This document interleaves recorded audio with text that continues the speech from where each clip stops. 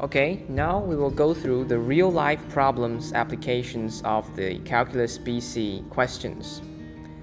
We can look at some problems like optimizing the design of a container, the volume of some certain objects in real life, and using calculus we can minimize the surface areas for some given volume, which has applications in manufacturing and design. The TI-nspire makes these calculations straightforward. By inputting the necessary equations and constraints, we can quickly find the optimal dimensions. Now we will look at a problem from the 2023 Calculus BC test, Section 2, Part A, which is a part that requires the graphing calculator to be used. The time given for this part is 30 minutes and we have 2 questions in total. And I will today focus on the question 1. In the first video, I will cover question A and B. So let's start now by looking at this question. A customer at a gas station is pumping the gasoline into the gas tank, and the rate of flow is modeled by Ft, which is a function here, and is measured in seconds since the pump began, and the units are gallons per second. So from this initial condition, we can infer that Ft is the rate of change of gallons at a given time t. So now we'll move on to the question A. So it asks us to interpret the meaning of a definite integral right here in the context of the problems. So apparently, if Ft is the rate of change of the gasoline pumped into the tank, then each definite integration would be the total amount of the gallons pumped into the tank over the given interval that is represented by this definite interval. So we can answer by, it represents the total gallons of gas pumped to the tank between t equals 60 and t equals 135 seconds. But it has a second part to this question. We'd use a Wright-Riemann sum with 3 sub-intervals to approximate the value of this definite integral. So now we see down here, we use the definition of the Wright-Riemann sum, which is the interval length times the Wright's function value. We can easily find these values by looking at the table above. So we plot the product of these 3 sub-intervals together, and through here we can use some calculator, for example the basic algebraic representation of this whole function right here, and through the use of such we can calculate this value with ease. So after some calculations, it is gained that the total sum gained from the Riemann sum is 8.25. Now we move on to question B. So it asks us if there exists a value in the range of 60 and 120 that the derivative at this point equals 0. So now we can use one of the most important theorems that we encountered in our BC study, is that if f is differentiable, then f must be continuous over an interval. So it says that it is differentiable, so that it must be continuous. So from this, we can also learn an important fact, that if we take the average rate of change over this interval, and then we divide it by the interval length, then we can certainly get the average rate of change in this interval. Then that proves an important point. As long as the average rate of change over this interval equals to 0, then there must be a value in this interval such that the derivative at this interval equals 0, which corresponds to one of the theorems that we encountered in the BC study. So by conclusion of this problem, by the mean value theorem, there must exist a value c, for c is bigger than 60 and smaller than 120, such that the derivative at this point is equal to 0. The above equation is basically a mathematical representation of the mean value theorem. Now we move on to the question C. So now it gives us a new function of gt of this interval. And it asks us to find the average rate of change over this time interval. So it asks us to show the setup of our calculations. The rate of change, the average rate of change, can be actually easily obtained by dividing the actual definite integration over this interval by the interval length. How do we get that? So we first write out this function. We integrate the function gt over the interval of 0 to 150. And then we divided that value by 150, which is the length of this interval.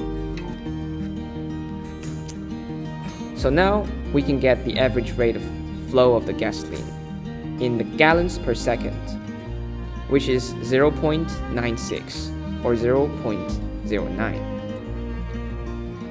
So at this part, we should note that we can actually use the calculator to solve this seemingly complex function.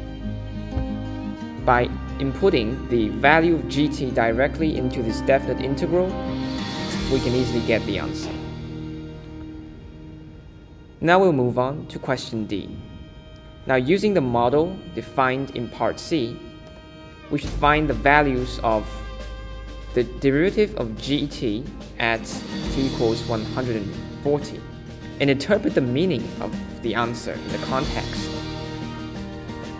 So, what is the meaning first? The rate at which gasoline is flowing into the tank is decreasing at a rate of some gallons per second at t equals 150. We get this value by inputting this function into the calculator.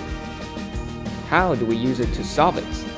We just press the derivative button and we input the function by itself. And then we input the specific point we want to differentiate it over.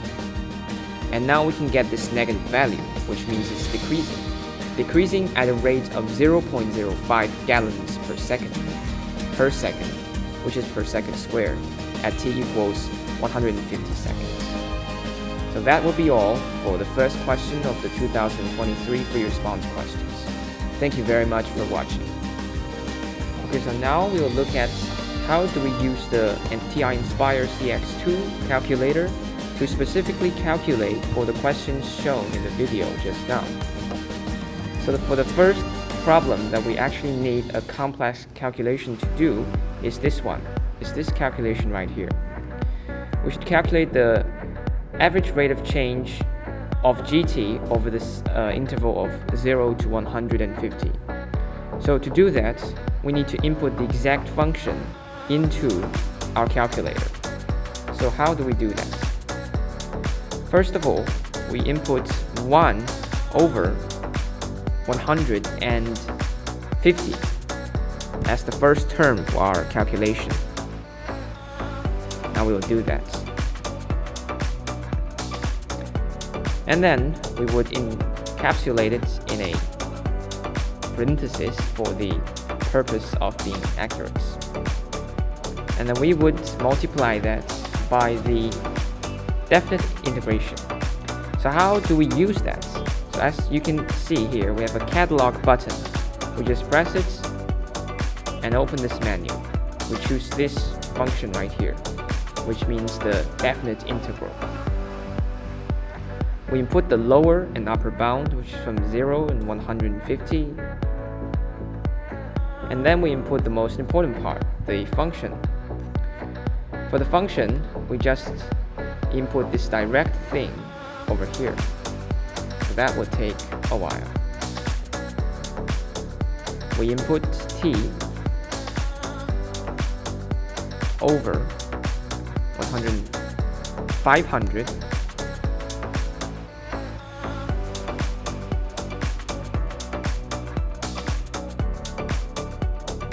and then multiply that by cosine value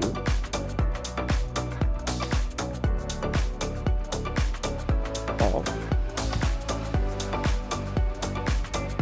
t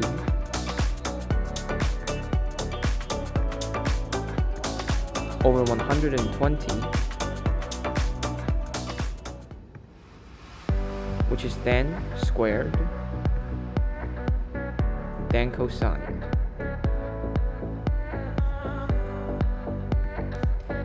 And at the back of here, we input t after d to indicate the actual value that the independent variable we are integrating over, which is t. We can also alter this part with the notation that is more easily recognized, which we can do by selecting Control and restoring it like such.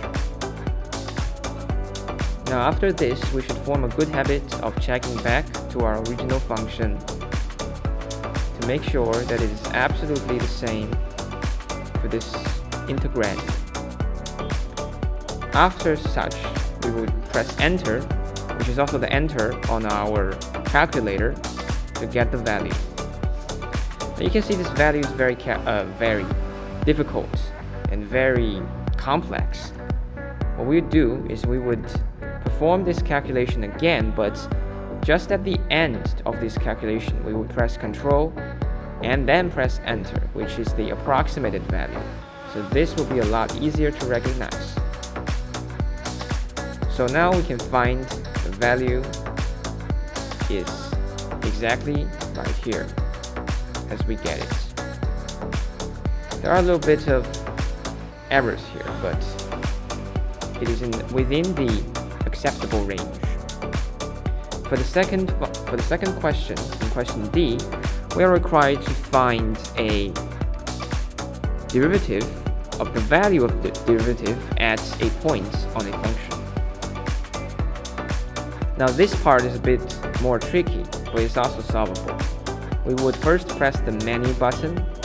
Under Calculus, we would select Derivative at a Point, which is a tool that can help us to identify the actual derivative at a point, as its name suggests. Now we would first open up this dialog in which we would choose the notation for the variable and the value of this variable.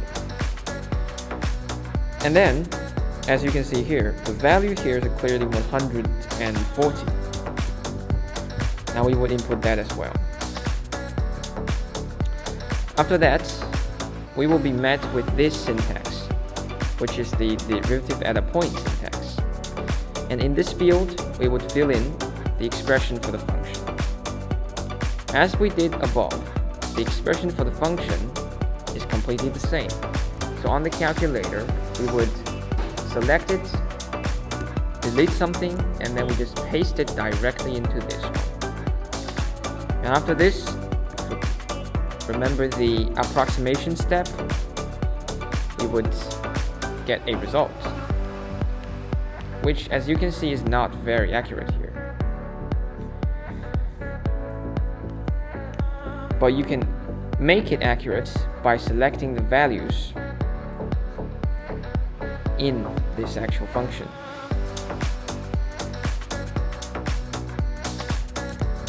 By copying it and pasting it, it's still approximate to 0. So now that will be the specific process shown above for the two questions that require a complex usage of the calculator. I hope you find this video very useful and helpful for your study. Thank you very much for watching.